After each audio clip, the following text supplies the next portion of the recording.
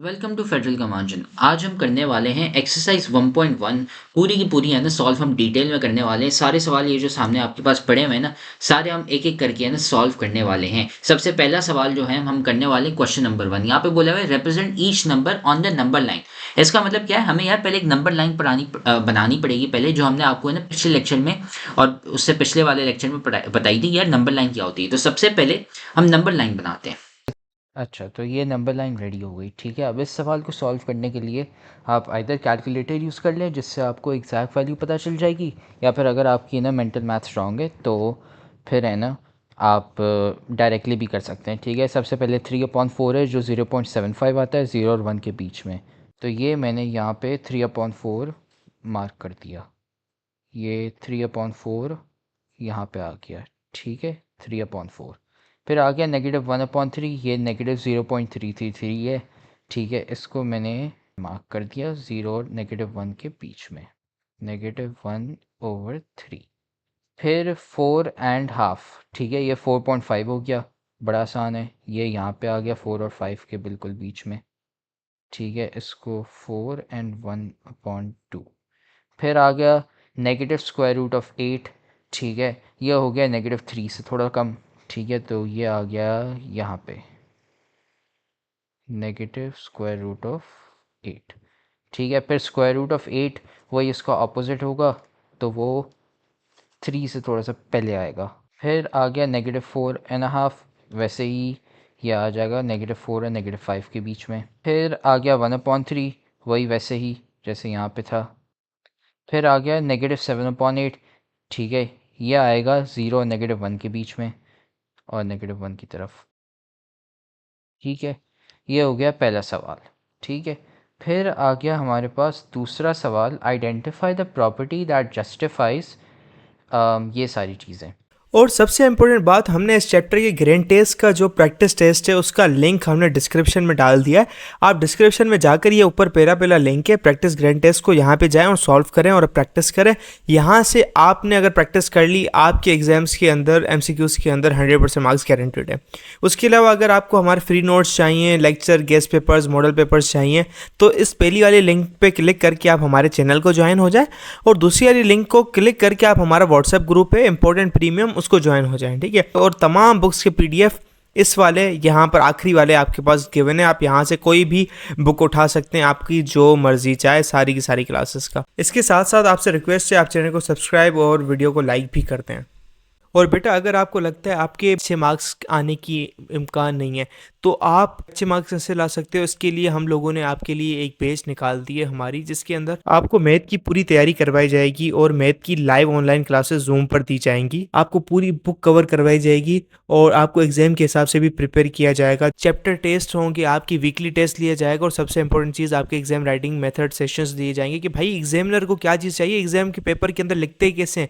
और सबसे इंपॉर्टेंट, हमारे guess paper, target paper, model paper जो हम देते हैं ना आपको, गेस पेपर, उससे 60 to 70% तो आपका पेपर लग ही जाता है, तो आपकी 70% तो तैयारी हो गई। और अल्हम्दुलिल्लाह अल्हम्दुलिल्लाह अल्लाह के शुक्र से हमारे बच्चों के 85 से 90% से अबव आ ही जाते हैं बिल्कुल आसानी से, जो इस चीज़ को फॉलो करते हैं। और इसकी फ़ी पता है पूरे साल की एक सब्जेक्ट की कितनी है? सिर्फ और सिर्फ 3,000 रुपये आप लोगों के लिए। पहले पिछले साल 12,000 थी, उससे बड़ी भी थी, लेकिन अभी आप लोगों के लिए हमने कर दी है सिर्फ और सिर्फ 3,000 रुपये।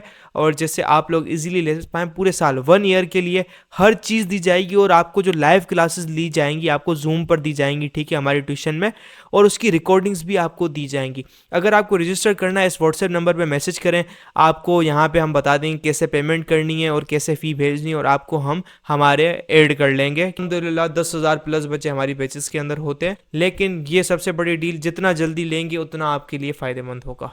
ठीक है, अब इसमें हमें प्रॉपर्टी के नाम लिखने हैं। ठीक है, सबसे पहले तो आप है ना एक लिस्ट बना लें प्रॉपर्टी की। ठीक है, बहुत आसान है। हमारे पास कौन सी प्रॉपर्टीज़ हैं, ये वाली प्रॉपर्टीज़ हैं। अच्छा, अब इस सवाल के लिए, दूसरे सवाल के लिए हम ये वाला है ना यूज़ करने वाले हैं टेबल। ठीक है, तो सबसे पहला वाला जो है, ठीक है, उसमें सिर्फ 1 से मल्टीप्लाई हो रहा है, ये आइडेंटिटी है। ठीक है, ये पहला वाला हो गया। फिर उसके बाद मैं है ना बस ये कर रहा हूँ कि ये सवाल है, ये 1, ये 2, 3 4 5 6 इनके है ना मैं यहाँ पे जवाब लिखते जाऊँगा, ठीक है। फिर दूसरा वाला है, ठीक है, इसमें मल्टीप्लिकेशन खाली हो रही है, ये क्लोजर है, ठीक है। फिर उसके बाद तीसरा वाला सवाल है, उसमें है ना उल्टे किए गए हैं, ठीक है, तो ये कम्यूटेटिव हो गया। अच्छा, अब चौथा सवाल जो है उसमें दो जुड़वे हैं, ठीक है, तो ये आपका इन्वर्स हो गया, ठीक है। फिर पांचवा सवाल है, उसमें तीन वेरिएबल है वापसी, ठीक है, तो ये हो गया आपका एसोसिएटिव। फिर छठा सवाल है, उसमें मल्टीप्लिकेशन हुई है वापसी, ठीक है, तो ये आपका क्लोजर हो गया। तो ये आपके आंसर हो गए, ठीक है।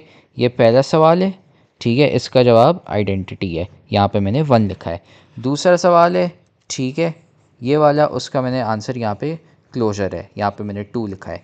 वैसे ही तीसरा सवाल है यहाँ पे, ठीक है, उसका आंसर मैंने यहाँ पे कम्यूटेटिव तीसरा है, और ऐसे करके पूरे 6 हो गए, ठीक है। फिर आ गया तीसरा सवाल, इस पर कह रहा है represent the following number on a number line, तो हमें वापसी एक नंबर लाइन बनानी है। अब ये आ गई आपकी नंबर लाइन, ठीक है।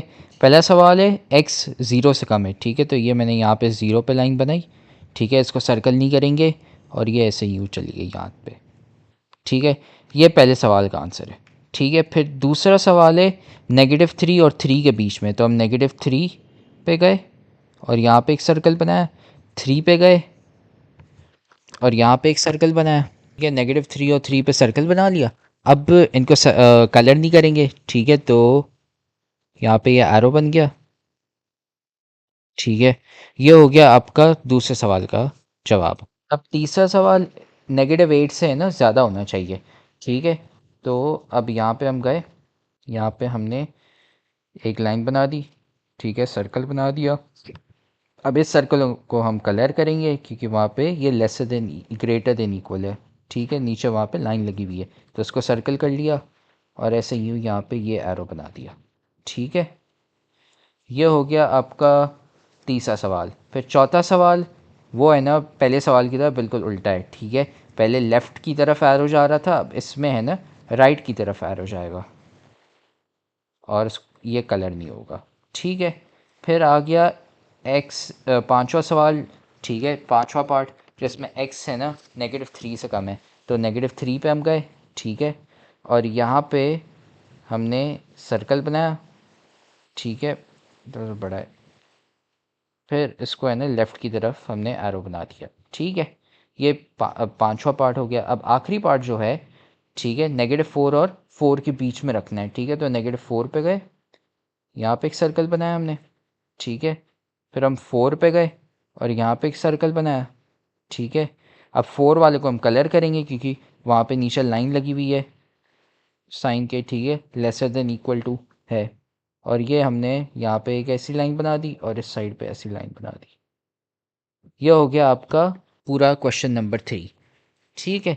फिर आ गया चौथा सवाल, identify the properties of equality and equality of real numbers that justifies the statement.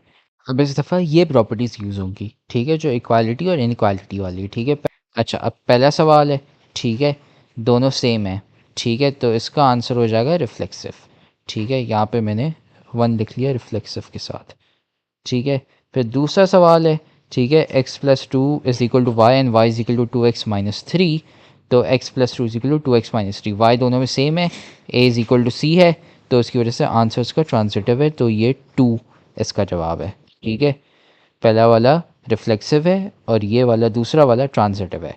फिर तीसरा 2x+3 is equal to y then y is equal to 2x+3, ठीक है, इसका आंसर सिमेट्रिक है, ठीक है, दोनों साइंस को है ना a और b को बदला गया है, तो ये आ जाएगा तीसरा, ठीक है, तीसरा वाला सिमेट्रिक है।